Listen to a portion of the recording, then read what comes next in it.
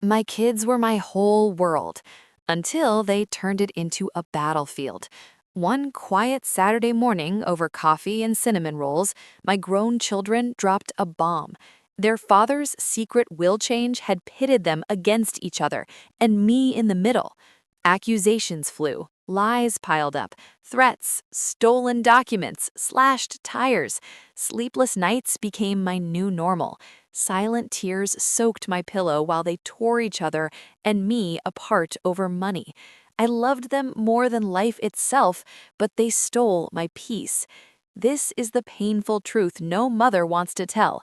When your children declare war, sometimes the biggest casualty is you. Watch, my children pulled me into their war and stole my peace. You won't look away. I still remember the coffee. It was black, no sugar, poured into that chipped ceramic mug Emily painted for me when she was 8. Little yellow suns with crooked rays marching around the rim, the kind of artwork only a child could make you treasure forever. I'd kept it through every kitchen remodel, every move, every year that slipped past like pages in someone else's book. That Saturday morning in late October, the kitchen smelled of cinnamon from the overnight oats I'd prepped the night before, and the faint wood smoke drifting in from the neighbor's fireplace. Outside the bay window, the maple in the front yard was bleeding red and gold, leaves drifting lazily onto the lawn like they had nowhere better to be. Everything felt ordinary, deliciously, dangerously ordinary. Mark had left before dawn, same as always, kissed my forehead while I was still half asleep, whispered, "Love you, Elle," and disappeared into the garage to start the truck.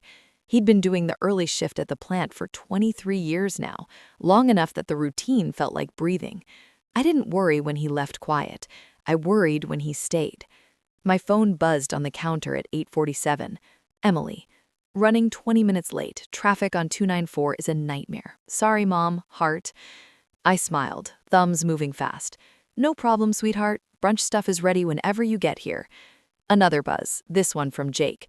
Jim ran long. Be there by 10:15. Need to talk about something quick. My heart did that little mother flutter it always did when one of them said, "Need to talk." Even at 31 and 28, they could still make me brace for anything. Job loss, breakup, car trouble, or the random existential crisis that hits harder when you're pretending to be a grown-up. I typed back, "Can't wait to see you. Coffee's on." I set the table the way I always did when they both came over. Blue checkered placemats, the good silverware, not the everyday stuff. Fresh orange juice in a glass pitcher, a bowl of berries, the cinnamon rolls still warm under the foil. I even lit the pumpkin spice candle Emily sent last fall, even though Mark always teased that it smelled like a Yankee Candle factory exploded. I wanted the house to feel like home, the home they grew up in, the one I'd fought to keep warm and safe through every storm. By 10:20, both cars pulled into the driveway almost simultaneously. Jake's black Jeep first, tires crunching over the last of the fallen leaves.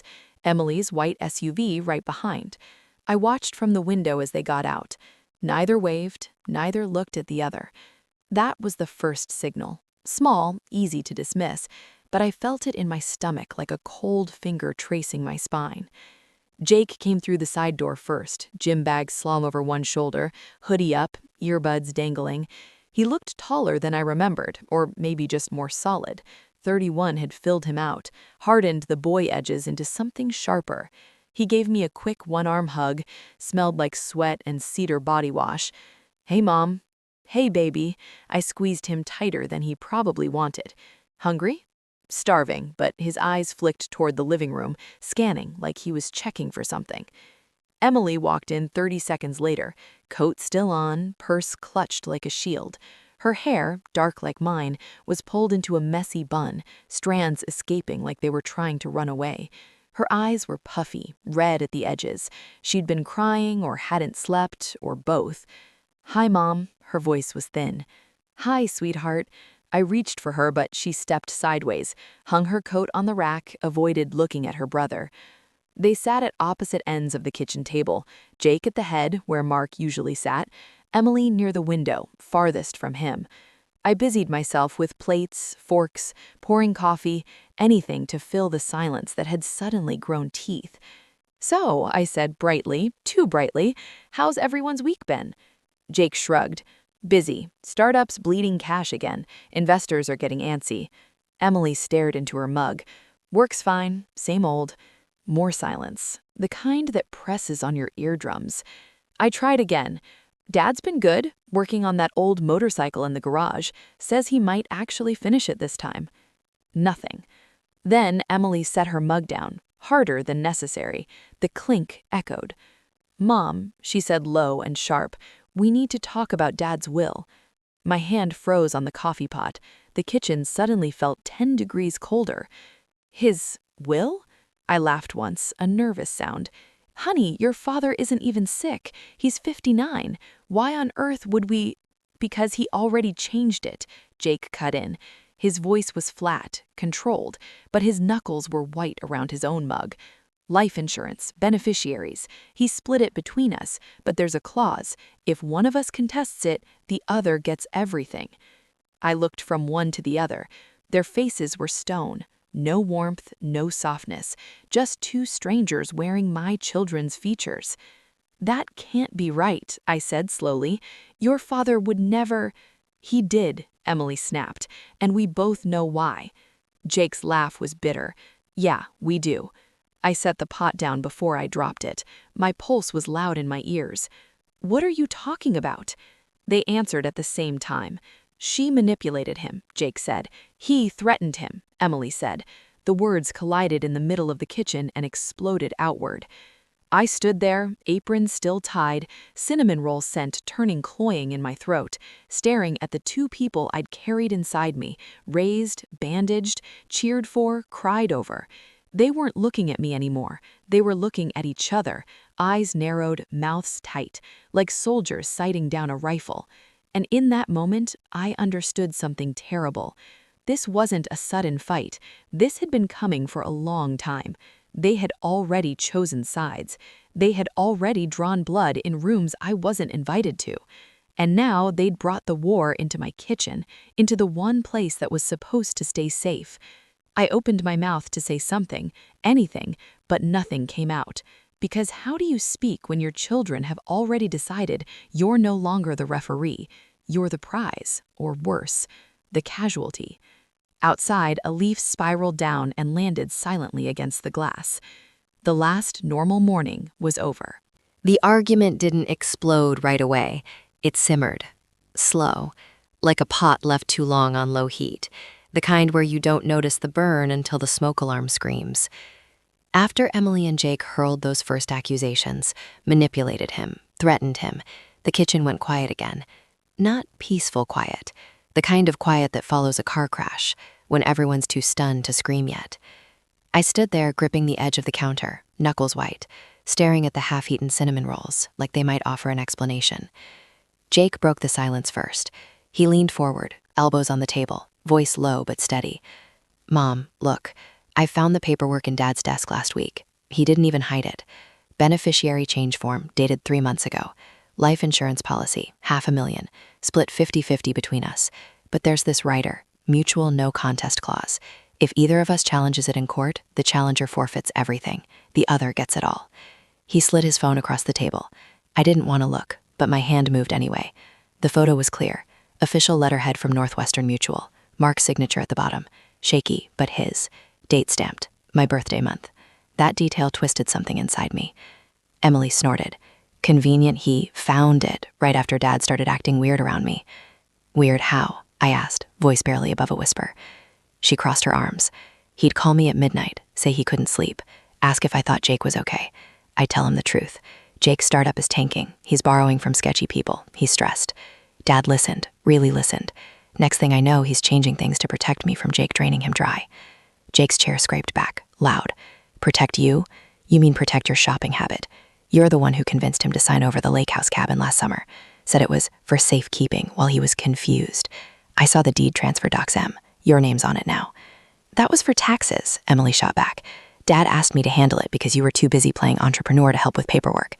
"Bullshit. You saw an opening and took it." "Enough." My voice cracked like dry wood. They both turned to me, surprised I still had one.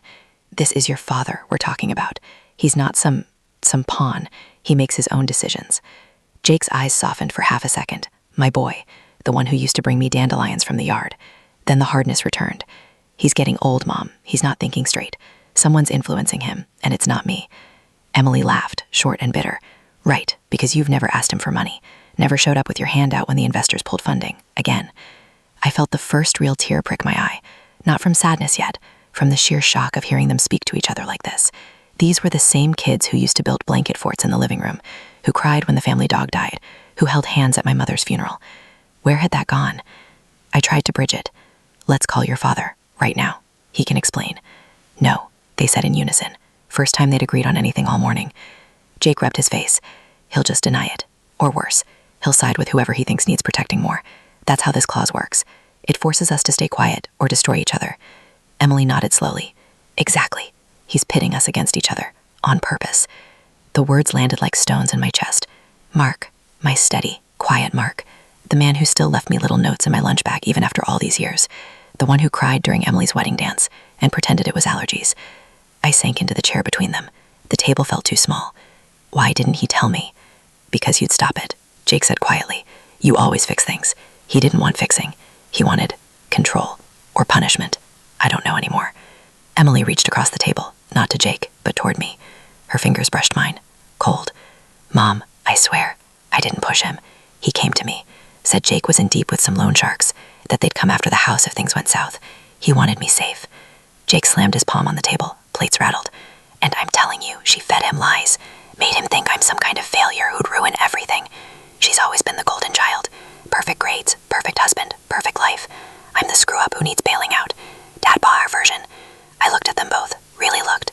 Jake's jaw clenched so tight I could see the muscle jump. Emily's eyes glassy, lips trembling. They were hurting, deeply, and they were turning that hurt outward like knives. Old memories flashed. Jake at 16, totaling the family car. Mark yelling but then hugging him afterward. Emily at 20, dropping out of grad school because of anxiety. Me holding her while she sobbed. They'd always been different, fire and water, but they'd balanced each other. Until now.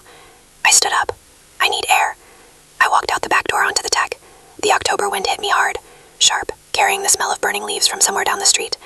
I gripped the railing, stared at the yard where they used to chase fireflies. The grass was brown now, patchy, like everything else. Behind me, the sliding door opened, footsteps. I didn't turn. It was Jake. Mom, I'm sorry. I didn't mean to drag you into this. You already did. My voice was hoarse. He stood beside me, hands in his pockets. I can't lose everything. The startup's my life. If Emily contests and wins, she won't. You don't know that. I turned to him. I know my daughter isn't a monster, and I know my son isn't either. But you're both acting like strangers. He looked away. Maybe we are now. The door slid again. Emily, she stopped a few feet back, arms wrapped around herself. I'm not the villain here, Mom. I never said you were, but you're thinking it. I closed my eyes. I'm thinking I raised two people who used to love each other more than anything, and now they're tearing each other apart. Over money. Over a piece of paper. Silence stretched. Wind rattled the wind chimes Mark hung last summer. Emily spoke first, small. I don't want to fight him, but I won't let him take what Dad wanted me to have. Jake exhaled. Same. I looked between them. Two walls. No door. That afternoon, they left separately. No goodbye hugs. No, love you, Mom. Just car door slamming, engine starting, tires on gravel. I went back inside. The kitchen still smelled like cinnamon and coffee gone cold. The mug sat untouched. I cleared the table slowly, mechanically. When I picked up Emily's mug, something slipped out. A folded piece of paper. I unfolded it. A text screenshot. From Mark to Emily, sent 2 weeks ago. I'm scared, kiddo. Jake's in trouble. Don't tell your mom yet. I'll handle it. My knees buckled. I sat on the floor, back against the cabinets, paper trembling in my hand. The crack had started years ago, maybe. Small fractures I'd ignored. Favors, loans, late night calls. I told myself it was normal. Family helping family. But now the fissure was wide, and I was standing on the edge, feeling the ground give way beneath me. That night I lay in bed beside Mark. He was already asleep, breathing steady. I stared at the ceiling fan turning lazy circles. Sleep didn't come. The first crack had opened. And once something breaks, it's never quite the same. Even if you glue it back together, the pieces don't fit perfectly anymore. The phone became my enemy. It didn't happen overnight. It crept in like fog off Lake Michigan, slow, silent, until one day you look up and the whole world is gray, and you can't see your hand in front of your face. After that Saturday morning explosion in the kitchen, I told myself I'd set boundaries. I'd be the calm center, the mother who listens but doesn't take sides.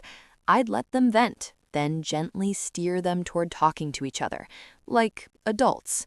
What a joke. The first text came that same Monday night, 11:42 p.m.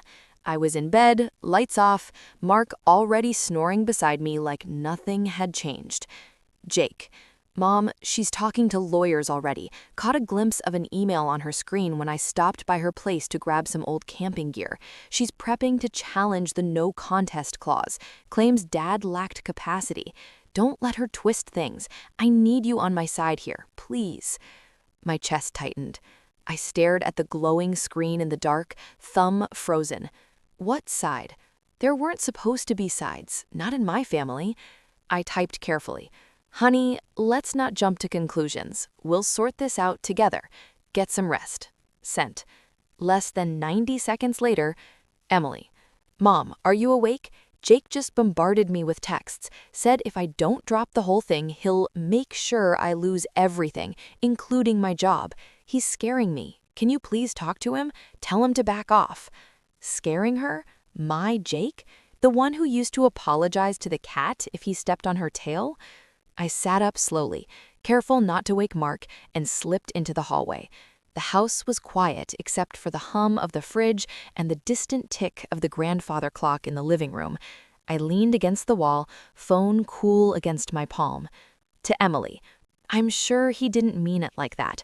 Emotions are high. I'll speak with him tomorrow. To Jake.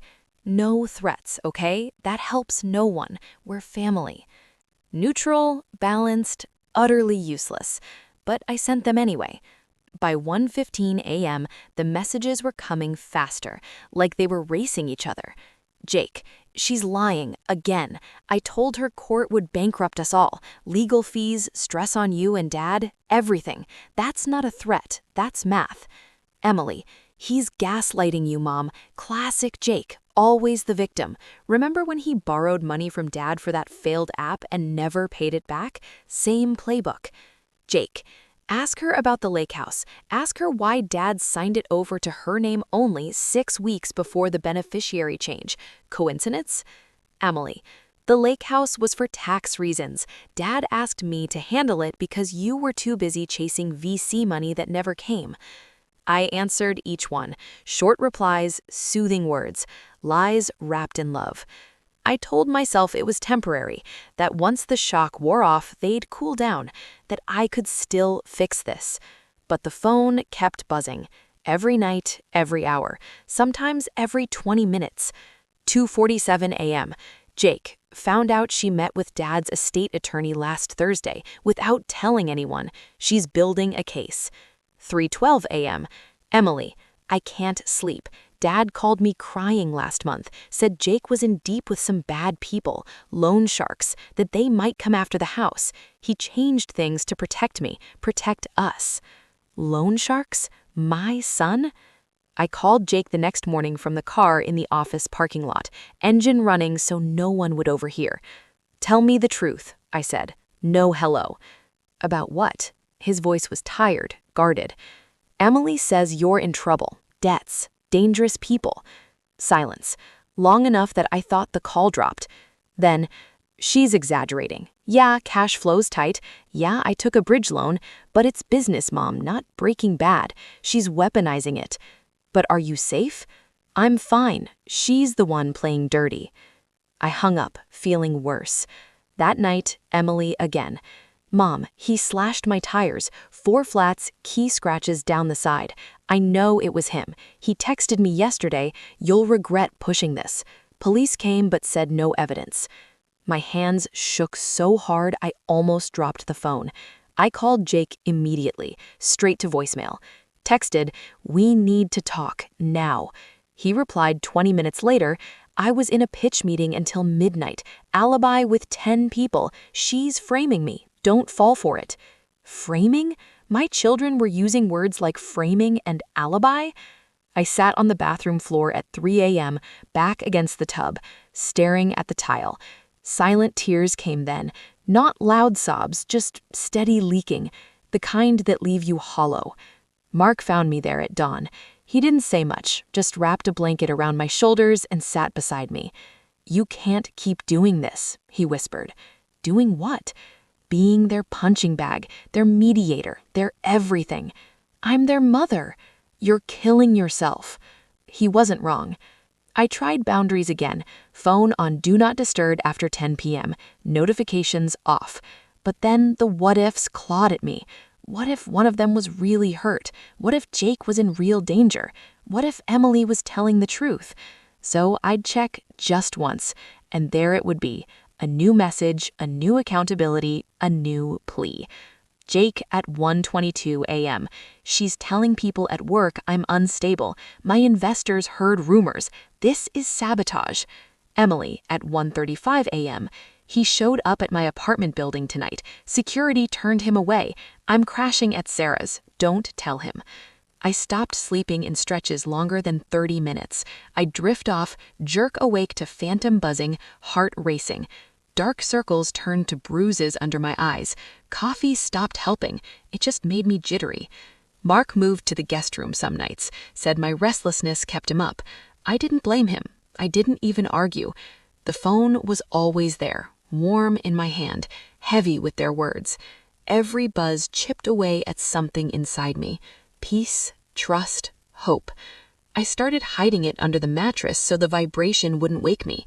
It didn't matter. I felt it anyway, like a heartbeat that wasn't mine, pounding, insistent, demanding. And every time I answered, I gave another piece of myself away. I didn't know how much I had left to give, but I knew this. The war wasn't just between them anymore. It was bleeding into me. Through every notification, every sleepless night, every unanswered question. And the phone, the thing I once used to send them goodnight kisses and silly memes, had become the weapon they used to pull me apart. Thanksgiving had always been sacred in our house.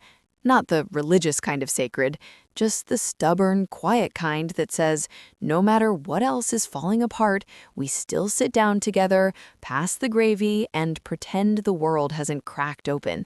I clung to that tradition like a life raft. After weeks of midnight texts, accusations flying like shrapnel, and nights where I stared at the ceiling until my eyes burned, I decided enough was enough. One meal. One goddamn meal where we acted like a family. I texted them both the same message.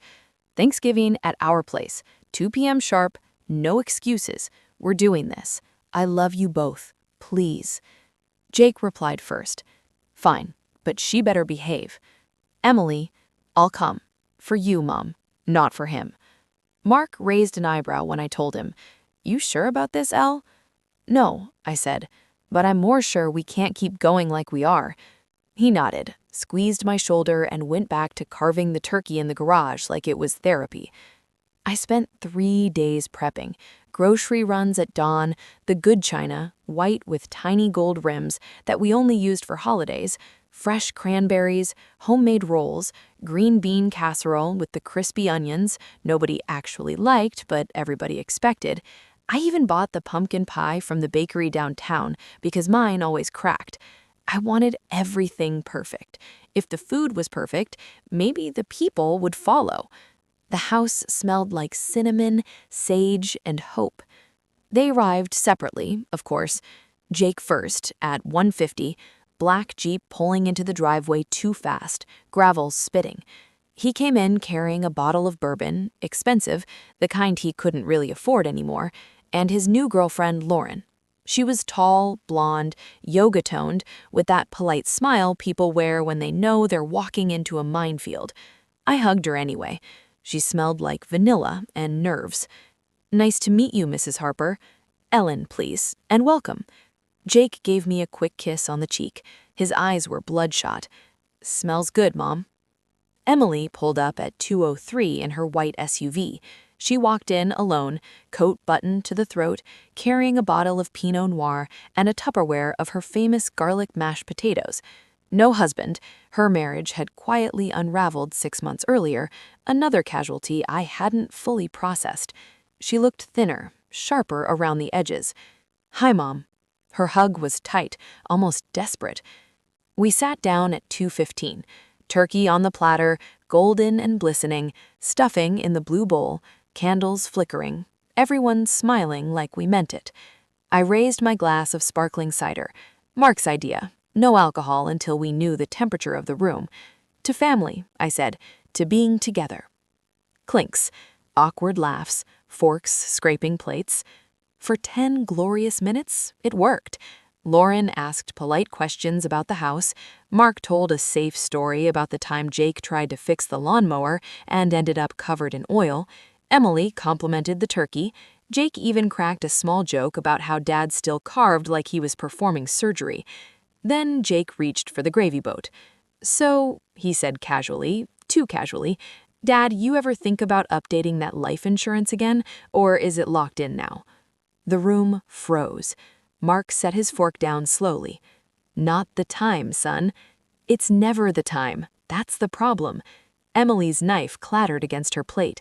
"You're really doing this right now?" Jake shrugged. "Why not? We're all here. Family meeting, right?" Lauren shifted in her seat, eyes darting between them. I tried to steer. "Let's talk about something else. Emily, how's the new project at work?" But Emily was already leaning forward. "You think I poisoned Dad against you? Is that it?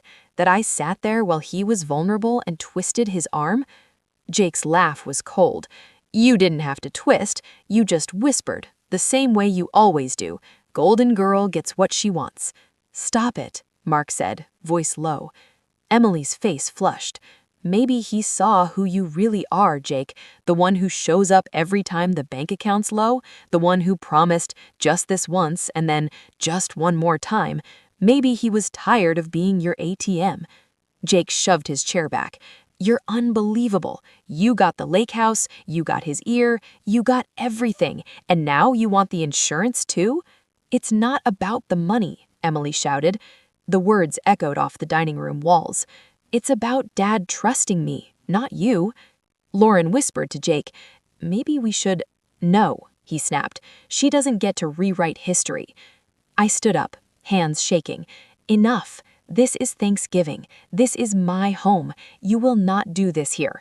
They both looked at me, finally, eyes blazing, chests heaving. Jake spoke first, quieter now, but no less sharp. "Then tell her to back off, Mom. Tell her to drop the lawyer. Tell her to stop trying to erase me from the family."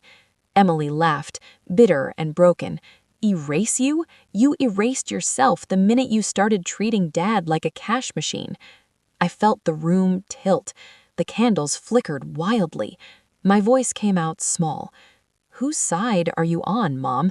The question hung there like smoke. I looked at Jake, my firstborn, the one who used to sleep with his head on my shoulder during thunderstorms. I looked at Emily, my baby girl, the one who held my hand through every chemo session. And I had no answer, because choosing one meant losing the other, and losing either meant losing part of myself. Emily stood up. "I'm done." She grabbed her coat. Jake stood too. "Yeah, me too." They walked out, separately, of course, doors slamming minutes apart, engines roaring, taillights disappearing down the street. The dining room was suddenly huge and empty. Mark reached for my hand under the table. I let him take it, but I couldn't squeeze back. Lauren hovered awkwardly. "I'll help clear." "No," I said. "Just go, please." She left quietly. Mark and I sat there amid the ruins, half-eaten plates, melted candles, cold gravy congealing. I stared at the empty chairs.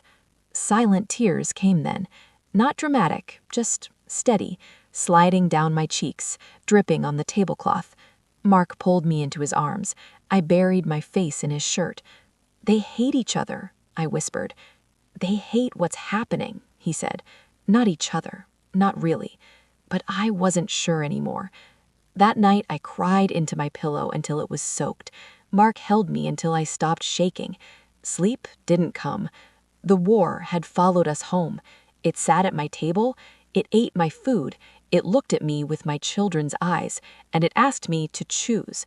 I still don't know what I would have said if I'd had the strength to answer, because the truth was too heavy. The truth was, I couldn't, and that broke me more than any slammed door ever could. The coffee shop smelled like burnt espresso and regret. I chose the one downtown, tucked between a bookstore that was always going out of business and a nail salon with flickering neon. Neutral ground. Public enough that no one would scream, quiet enough that secrets could still be whispered. I arrived 20 minutes early, ordered a black coffee I knew I wouldn't drink, and sat in the corner booth facing the door. My hands wouldn't stop shaking. I hid them under the table like a guilty child. Emily walked in at exactly 11 a.m. She looked smaller than I remembered. Coat too big, scarf wrapped tight around her neck like armor. Her eyes scanned the room until they found me. For a second, relief flashed across her face. Then it hardened again.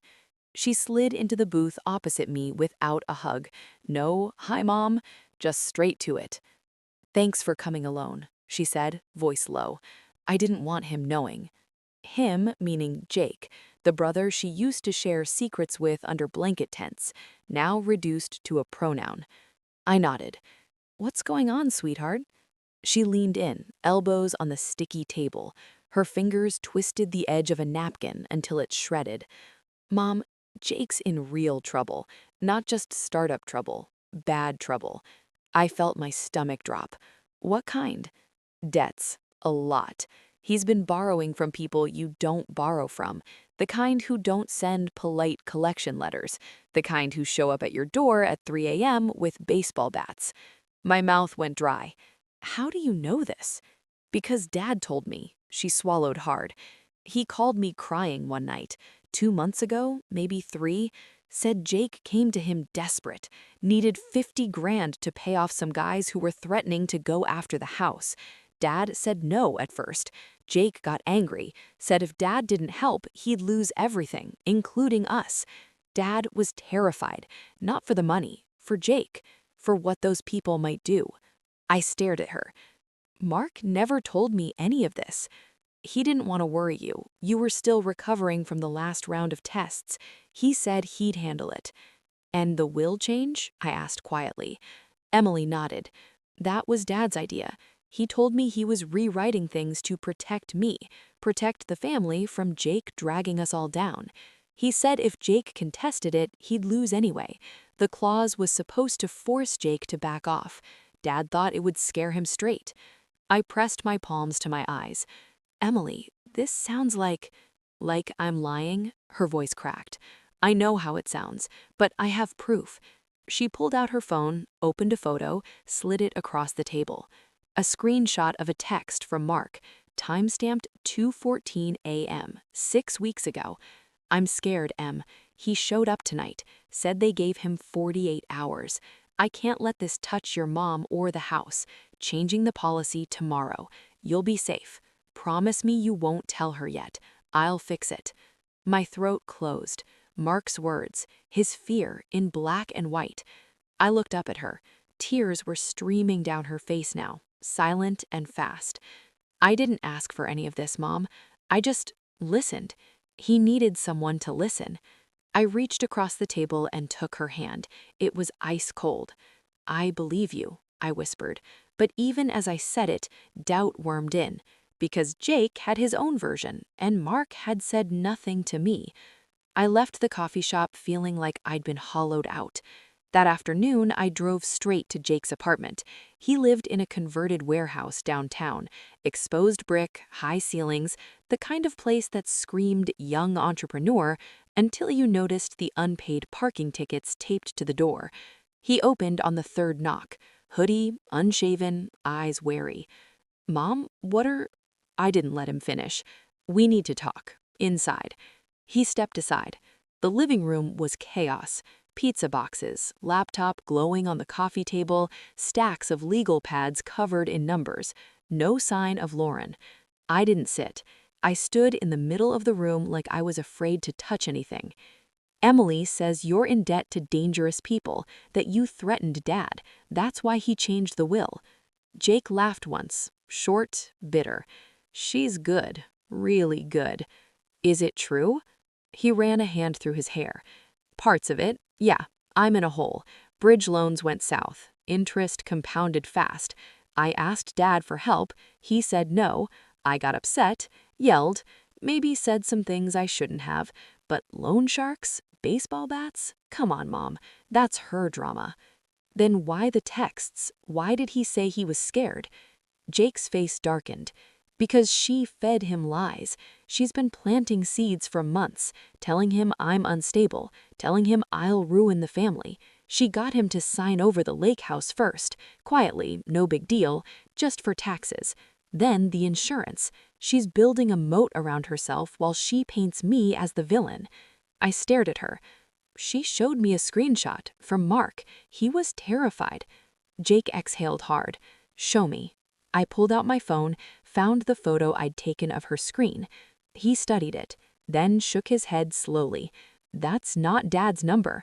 Look at the area code, 312. Dad's is 630, same as yours. She faked it, or cropped it, or I don't know, but that's not his phone. My knees felt weak. I sank onto the couch. So who's lying? I asked, voice barely audible. Jake crouched in front of me. She is. She's always been the one who gets what she wants by playing the victim. Remember when she needed the down payment for her condo? Dad gave it to her, no questions. When I asked for the same for the startup, he said I had to earn it. I closed my eyes. Memories collided. Emily's wedding, Jake's college graduation, the way they used to protect each other. Now every memory felt suspect. I don't know what to believe anymore, I said. Jake touched my arm. Believe me when I say I'm trying to fix this, without dragging you in the middle of it. But I was already in the middle, deeper than ever. That night, I drove home in silence. No radio, just the hum of tires on asphalt and the pounding in my head. Dementia? Debts? Threats? Fake texts? Who was telling the truth? Or worse, what if both were lying, each to protect their version of the story, each to keep me on their side? I pulled into the driveway, sat there with the engine off, staring at the house lights glowing warm against the November dark. Mark was inside, probably watching football, oblivious, or pretending to be. I didn't go in right away. I sat in the cold car and cried, quiet, choking sobs that tasted like betrayal. Because the secret meeting hadn't given me answers, it had only doubled the questions and tripled the pain. My children were drowning, and they were pulling me under, one whispered secret at a time. The nights stopped being nights. They blurred into one long, gray stretch where time lost its edges. I'd lie down at 10, hopeful, telling myself tonight would be different. I'd close my eyes, count backward from 100, like the therapist suggested years ago when the kids were small and nightmares kept them up. But by 11:30, the thoughts started circling. Jake's tired voice on the phone, Emily's red-rimmed eyes in the coffee shop, Mark's text screenshot that might or might not be real. The questions spun faster. Who's lying? Who's hurting? Who's going to break first? I'd get up, pace the hallway in socks so the floorboards wouldn't creak and wake Mark. Down to the kitchen. Open the fridge for no reason. Close it. Pour water I didn't drink. Sit at the island with the little lamp on low, staring at the granite like it held answers in the flecks of quartz. Sometimes I'd scroll through old photos on my phone. Jake at 5, gap-tooth grin, holding a fish he swore he caught himself, even though Mark had baited the hook. Emily at 12, braces shining, arms around me after her first piano recital. Us at the lake house every summer, cannonballs off the dock, sunburned noses, wet towels everywhere. I'd zoom in on their faces, searching for the moment the shift happened. Was it college? The startup failures? The quiet resentments that built like rest? I never found it. The photos just made the ache worse. By 2 a.m., I'd be back in bed, staring at the ceiling fan. Round and round. Hypnotic. Pointless. I started seeing things in the shadows, shapes that looked like hands reaching, faces half-formed. Or maybe it was just exhaustion playing tricks. I'd blink hard, turn on the bedside lamp, read a page of whatever book was there. Nothing stuck. The words swam. Mark noticed. Of course he did. He'd wake up around 3, reach for me, find me rigid and wide-eyed. "You okay?" he'd whisper. "Fine," I'd lie. He stopped asking after a while, started sleeping in the guest room more often, said the light from my phone bothered him. I didn't argue. I was too tired to fight another battle. The days weren't much better.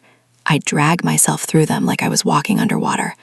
Work became autopilot, answering emails, nodding in meetings, smiling when coworkers asked how the kids were doing. Great, I'd say. Busy. The lie tasted metallic.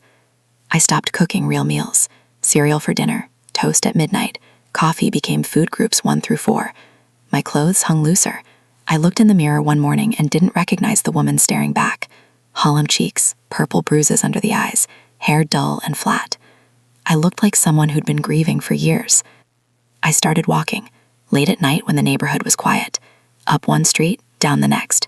Past houses with porch lights on timers, past dogs barking behind fences. The cold air stung my lungs, but it woke me up enough to keep moving. Sometimes I'd stop under a street lamp and cry, silent, shoulders shaking. No one saw, or if they did, they pretended not to. One night I walked farther than usual, ended up at the little park where we used to push the kids on swings. The playground was empty, chains creaking in the wind. I sat on a bench, pulled my coat tight, and let the memories flood in. Jake teaching Emily how to pump her legs so she could swing higher, her laughter ringing out. Him catching her when she jumped off too soon, both of them tumbling into the mulch, giggling. Me watching from this same bench, thinking, this is it. This is everything. Now that bench felt like a grave marker. I stayed until my fingers went numb, walked home slower. The house was dark when I got back, Mark's truck in the driveway. I slipped inside, kicked off my shoes, crept upstairs.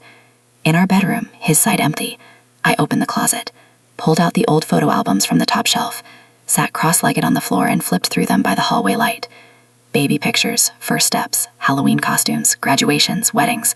Every page hurt more than the last, because every smile felt like a promise we'd broken. Around 4 a.m., I heard footsteps, Mark in his old flannel robe, standing in the doorway. Ellen? I didn't look up. Couldn't sleep. He came in, sat beside me on the carpet, took the album from my hands gently, closed it. You're scaring me, he said quietly. I'm scaring myself. He put an arm around me. I leaned into him, but I couldn't stop shaking. They're destroying each other, I whispered, and I'm letting them destroy me too. He didn't argue, just held me tighter. We stayed like that until the sky started to lighten, gray turning pink at the edges. The first bird started calling, a new day I wasn't ready for.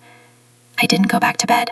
I showered, dressed for work like nothing happened, makeup to cover the worst of it, coffee, keys, out the door. But the war inside me didn't stop at sunrise. It followed me everywhere, into meetings where I zoned out mid-sentence, into grocery stores where I stood in the aisle staring at cereal boxes, debating why I was there, into quiet moments when I'd catch myself whispering their names like a prayer. Jake, Emily, please come back to each other. Please come back to me. The nights kept bleeding into days, days into nights. No beginning, no end. Just one long, exhausting loop of worry and what-ifs. I stopped counting how many days it had been since I slept more than 2 hours straight. I stopped hoping it would get better on its own, because hope requires rest, and rest had left me long ago. What was left was a mother running on fumes, clinging to the memory of who her children used to be, terrified of who they were becoming, and terrified most of all of who I was turning into, a ghost in my own house, haunted by the living. Christmas Eve arrived like a storm nobody saw coming. I'd spent the week pretending normalcy was still possible. Decorated the tree alone. Mark helped string the lights, but his heart wasn't in it. I hung the ornaments the kids made in grade school. Jake's lopsided star from popsicle sticks. Emily's glittered angel with one wing missing. Every hook felt like a prayer. Maybe tonight we could remember who we were before the money and the mistrust turned us into strangers. I sent the same text to both. Christmas Eve dinner, 6 p.m., our house. No fighting, just family. Please, I need this. Jake replied, I'll be there, alone. Lauren and I are done. Emily, I'm coming, but if he starts anything, I'm leaving. Mark read the messages over my shoulder. You're playing with fire, Elle. I know, I said, but I'm tired of the cold. I cooked like it was the Last Supper. Prime rib, Yorkshire pudding, roasted Brussels sprouts, mashed potatoes with extra butter, apple pie from scratch, Emily's favorite, sugar cookies shaped like stars and bells, Jake's childhood request every year. The house smelled like cinnamon and pine and desperate hope. The doorbell rang at 5:45. Jake stood on the porch, snow dusting his shoulders, holding a bottle of red and a small wrapped box. No girlfriend, no smile, just tired eyes and a jaw set like concrete. "Merry Christmas, Mom." I hugged him hard. He let me, but his arms stayed stiff. Emily arrived at 5:58, cheeks flushed from the cold, carrying a bakery box of cannoli and a gift bag. She hesitated in the doorway when she saw Jake already inside. "Hi," she said, flatly. He nodded once. "Hey." We sat in the living room first, fire crackling, Bing Crosby on low, eggnog spiked for the adults. Mark tried small talk, weather, football, the neighbors' new lights. Nobody bit. Dinner at 7. We filed into the dining room like soldiers marching to judgment. Candles lit, plates passed, forks clinked. For 15 minutes, we ate in near silence, the tension so thick you could taste it with the gravy. Then Jake set his knife down. "So," he said, voice calm but edged, "any updates on the lawyer meetings, Em?" Emily's fork froze halfway to her mouth. "You're really doing this on Christmas?" "I'm doing it because you won't stop. I saw the court filing notice in your email last week when you left your laptop open at Mom's." Her face went white. "You went through my email?" "You left it unlocked on the kitchen counter. Hard not to see." Mark cleared his throat. "Not tonight, kids." But the dam had cracked. Emily shoved her chair back. "You broke into my apartment 2 weeks ago, stole the folder with Dad's original policy docs. Security cameras caught someone who looked exactly like you." Jake laughed, short, ugly. "I was in Milwaukee pitching to investors. Time-stamped boarding pass, hotel receipt. You're grasping. You're lying. You're paranoid." I stood up so fast my chair tipped. "Stop, both of you. This is Christmas. This is my house." They ignored me. Jake leaned forward. "Want the truth? Dad told me last month you were pressuring him to cut me out completely. Said you cried about how I'd ruin everything if I got my hands on the money. He felt guilty, changed his mind, added me back in at the last second. That's why the clause exists, to keep you from contesting and winning it all." Emily's eyes filled. "That's a lie. He told me you threatened him, said if he didn't help you, you'd make sure the whole family paid. He was afraid of you, Jake, not me." The room spun. I gripped the table edge. Mark stood too. Enough. But they weren't done. Jake rose, voice rising. "You're poison, Em. Always have been. Perfect little princess who gets everything handed to her, while the rest of us bleed for it." Emily stood too, tears streaming. "And you're a failure who can't keep anything alive. Not a business, not a relationship, not this family. You drag everyone down with you." Jake stepped around the table. "Say that again?" "You heard me." He moved closer. Emily backed up. I stepped between them. "Stop it," I shouted. My voice cracked the air like glass breaking. Jake shoved past me, harder than he meant, maybe. My shoulder hit the wall. Pain flared, but I didn't care. Emily slapped him. Open palm, sharp crack. Blood bloomed on his lip where his tooth caught it. Time stopped. They stared at each other. Shock, rage, something like grief. I sank to the floor right there in the middle of the dining room. Legs stave out. The rug was soft under my knees. I looked up at them, my children, breathing hard, faces twisted. "Whose side are you on, Mom?" Jake said, voice low and cold. Emily whispered, "Or his." I couldn't speak, couldn't breathe right. Tears burned tracks down my face. Mark knelt beside me. "Both of you out, now." Jake wiped blood from his mouth with the back of his hand. "If you don't pick a side, Mom, you're picking hers." Emily grabbed her coat. Same. They stormed out, doors slamming seconds apart, engines revving, taillights cutting through the falling snow. Silence rushed in like water. Mark helped me up. I leaned on him, shaking. The table was a battlefield. Spilled wine, overturned glasses, uneaten pie. I walked to the living room, sank on the couch, pulled my knees to my chest. Mark sat beside me. Didn't speak, just put his arm around me. I cried then. Not quiet tears, but the kind that wrench out of you, sobs that hurt your ribs. The tree lights blurred through wet lashes. Ornaments swung gently, mocking us with their childhood shine. Hours passed. Midnight came. Christmas arrived while we sat in the wreckage. I whispered into Mark's shoulder, "They hate me." "They don't," he said. "They hate themselves, and they don't know how to stop." I looked at the empty chairs, the gifts still wrapped under the tree, unopened, untouched. My children had turned my home into a war zone. They had drawn blood on my carpet. They had forced me to watch while they tore each other apart. And in that moment, something inside me shifted. Not peace, not yet, but clarity. I couldn't referee anymore. I couldn't bandage wounds that kept reopening. I couldn't keep letting them use me as the rope in their tug-of-war. If they wanted to destroy each other, they'd have to do it without me in the crossfire, because a mother's heart can break only so many times before it stops beating altogether. That Christmas Eve, mine almost did, but it didn't. Not quite. January came in cold and unforgiving, the kind of winter that seeps into your bones and stays.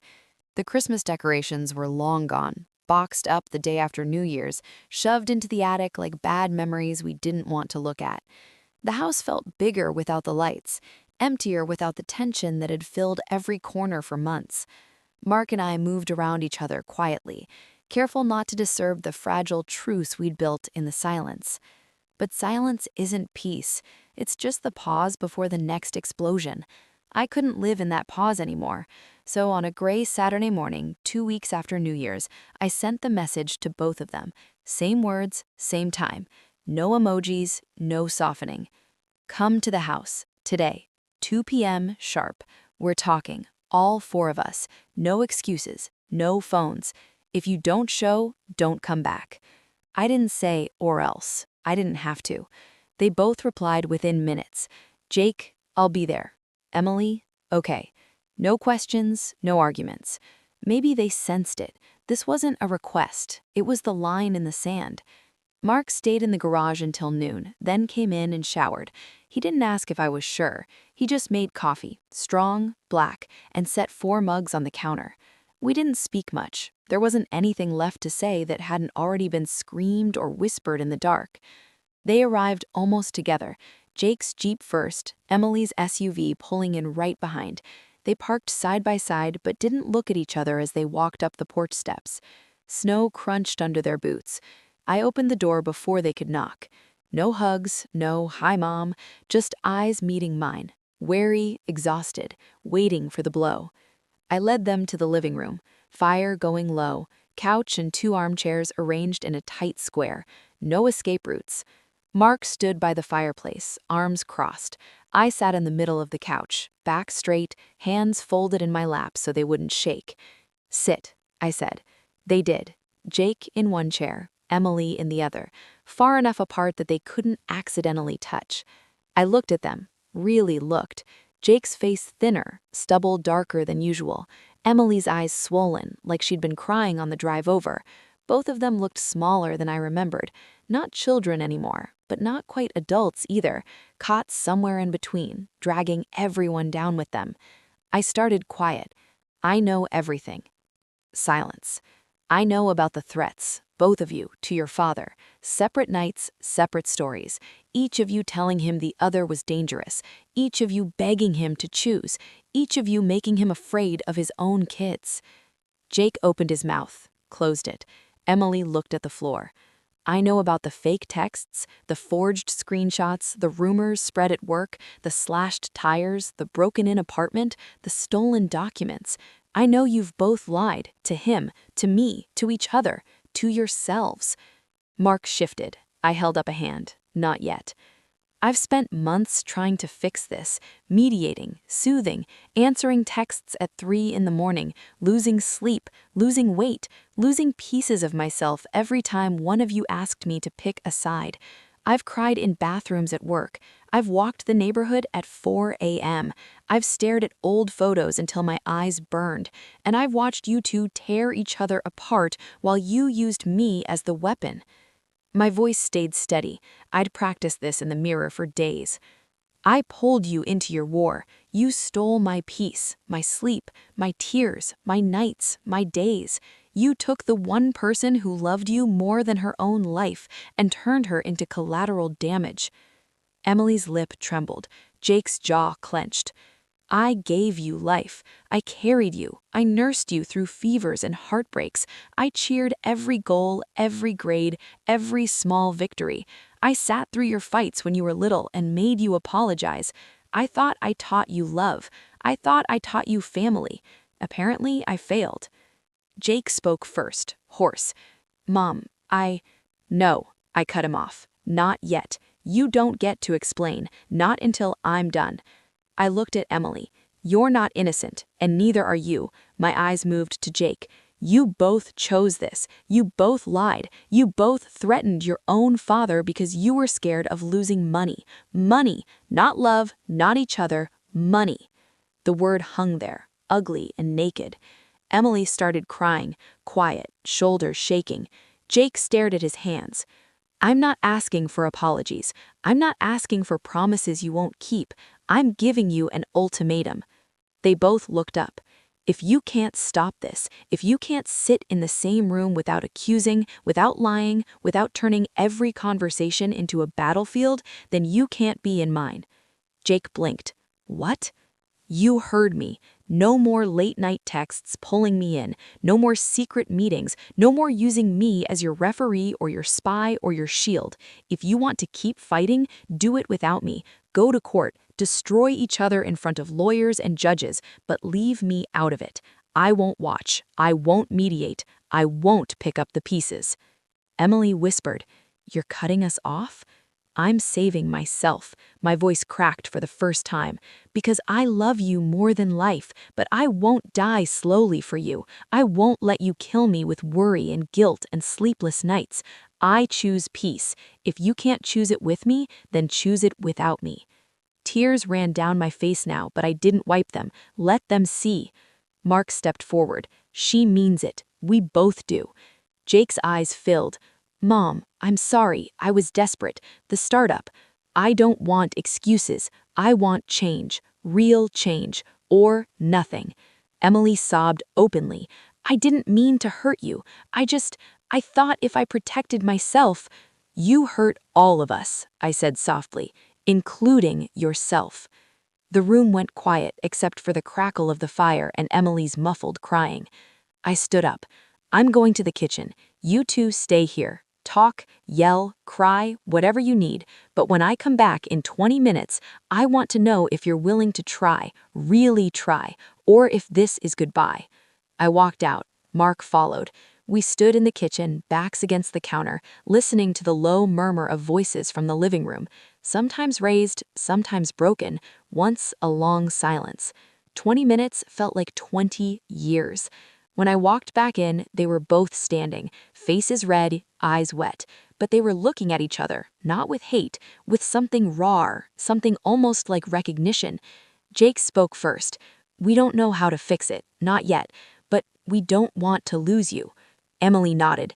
"We'll try. Therapy, whatever. No more fighting in front of you, no more dragging you in." I looked between them. "That's all I'm asking. Try." They nodded. "No hugs, not yet. Too soon, too fragile."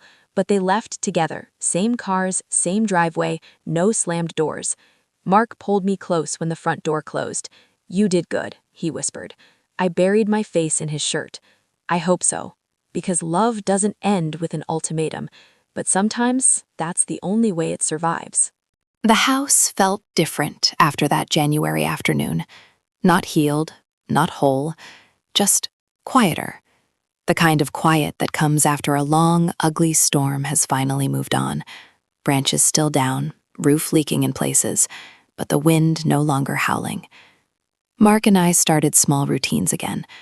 Morning coffee together at the kitchen island instead of gulping it alone. Evening walks around the block when the snow melted enough to see the sidewalk, hand in hand. No talking about the kids unless one of us brought it up. We were learning, slowly, how to reclaim the space they'd taken from us. The first real change came in February. Jake texted, not at 2 a.m., not with accusations, just a simple, "Hey Mom, Thinking about moving to Denver. New job opportunity. Thought you should know. No mention of Emily. No plea for money or support. Just information. I stared at the message for 10 minutes before replying. Proud of you. Call when you're settled. Love you. He did call. 2 weeks later. From a half-unpacked apartment with mountain views he described in halting detail. The conversation lasted 12 minutes. Awkward pauses, safe topics, weather, rent prices, how the altitude made his coffee taste different. No war, no blame. When we hung up, I cried. Not from pain this time, but from the small, fragile relief of hearing my son's voice without a fight behind it. Emily started coming over once a month, first Sunday of each. No announcements, just a text the day before. Can I stop by tomorrow, around noon? The first visit was tense. She sat on the edge of the couch, hands clasped, like she was waiting for judgment. I made tea, chamomile, her favorite from childhood. We talked about nothing important. The new bakery downtown, a TV show we both watched, how the maple in the front yard was starting to bud early. She cried once, quietly, when I asked how she was really doing. Lonely, she said, but trying. I didn't push, just held her hand until the tears stopped. Over the months, the visits grew longer. We cooked together. Nothing fancy, just soup or lasagna. She helped me sort old photos one rainy Saturday. We laughed at Jake's terrible bowl cut from 3rd grade. She traced her finger over a picture of the 3 of us at the lake house, sun-browned and smiling. I miss that, she whispered. I nodded, me too. No big apologies, no dramatic reconciliations, just slow, careful steps, like people learning to walk again after a long illness. That I rebuilt in the quiet spaces they left behind. We started date nights, nothing extravagant. Dinner at the Italian place we used to go to before kids. A movie, walks where we held hands and talked about nothing and everything. He finished the motorcycle in April, took me for a ride on a warm Sunday, wind in my hair, his arm steady around me. For the first time in years, I felt light. Jake moved to Denver permanently in March. He calls every couple of weeks now. Short calls. Sometimes he talks about the job. Tech sales, steady paycheck, no more chasing investors. Sometimes he asks about me, about Mark, about Emily. He doesn't push. I don't either. Once he said, I'm seeing someone. She's nice. Makes me want to be better. I told him I was happy for him, and I meant it. Emily sold the lake house in June. Didn't tell me why at first. When I asked, she said, it felt like carrying someone else's fight. I didn't want it anymore. She used part of the money to pay off some debt, put some in savings. The rest she donated to a women's shelter downtown. I needed to do something good, she said. I hugged her tighter than I had in years. They don't talk to each other often. A text here, a call there. Holidays are still separate. Jake comes for Thanksgiving, Emily for Christmas. They don't sit at the same table yet. Maybe they never will. But they don't ask whose side I'm on anymore. They don't pull me into the middle. That's enough. Some nights I still wake up at 3 a.m., heart racing, reaching for the phone out of habit. It's silent now, no buzzing, no accusations. I lie there and listen to Mark breathing beside me, steady, alive. I get up, make tea, sit by the window and watch the streetlights. The panic doesn't come anymore. Just a quiet ache, a scar, not an open wound. I think about forgiveness a lot, not the big cinematic kind, the small daily kind. Forgiving them for being broken, forgiving myself for not seeing it sooner, forgiving the years we lost to anger and fear. I don't know if they'll ever fully mend what broke between them. Maybe they will, maybe they won't. That's their story now, not mine. What remains is this, a quieter house, a stronger marriage, a mother who finally learned that love doesn't mean sacrificing yourself on the altar of family peace. Sometimes love means walking away from the battlefield so you can survive to love another day. They stole my peace for a while, took it in pieces, through texts, through shouts, through silent tears and slammed doors. But I took it back, not by winning, not by choosing sides, by refusing to lose myself in their war. I still love them more than myself, that never changed. But I love me too, enough to protect what's left. Enough to say no when the cost gets too high, enough to build something new from the ruins. Spring came late that year, but when it did, the maple in the front yard burst into green, leaves unfurling like tiny flags of truce. I sat on the porch swing when eating, coffee in hand, watching them dance in the breeze. Mark joined me. We rocked slowly, no words needed. Somewhere in Denver, Jake was probably eating takeout, laughing at something his girlfriend said. Somewhere in the city, Emily was maybe reading a book, or walking her new dog, or just breathing without the weight of battle. And here we were, Mark and me, still standing, still holding on. The war didn't end with apologies that erased everything.